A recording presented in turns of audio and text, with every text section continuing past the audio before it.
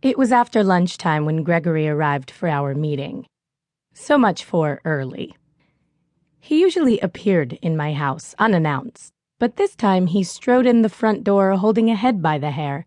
He plopped it down on my dining room table and waved a hand, causing a depressing amount of paperwork to cover the table surface.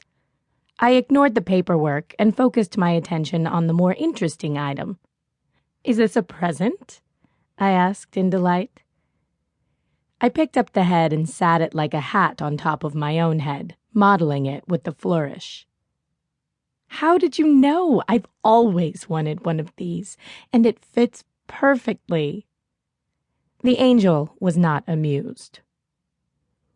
"We've got a lot to review today, and as often as you get sidetracked, we're liable to be at it for a week. Put the head down and focus." Why the fuck did he bring a head if he didn't want me to mess with it? Should I put it in a vase? Display it as a centerpiece on the table? How can you expect me to focus on stupid, boring paperwork when I've got this amazing, decomposing flesh tempting me with its beauty? "Fine.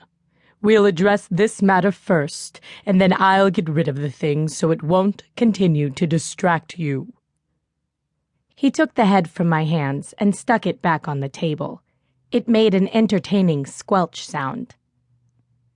"Do you know him?" the angel asked, pointing at the head. No. Was he serious? Just because I lived among humans didn't mean I knew every single one of them. There were billions, after all. Gregory threw up his hands in frustration. "Check his energy signature. You might recognize him." Now I was confused. He's human. He doesn't have an energy signature. Do you mean check his DNA? The structure of his brain? Is there something specific I should be looking for? "He's not human. He's a demon." I was pretty certain the head was human. I always scanned stuff. It was a habit. Still, I checked again. When a demon committed suicide, they exploded their entire form out and nothing remained. Sometimes we died by another's hands. Although our personal energy, our spirit self, scattered, a signature remained, burned into the flesh. This head held nothing.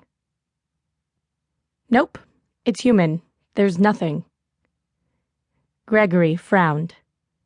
"This human died in 1922 at the hands of a demon. He was owned. Since I'm clearly not looking at a 90-year-old corpse, it must be the remains of a demon form." Demons own. We rip the souls from human bodies and hold them within ourselves as long as we exist.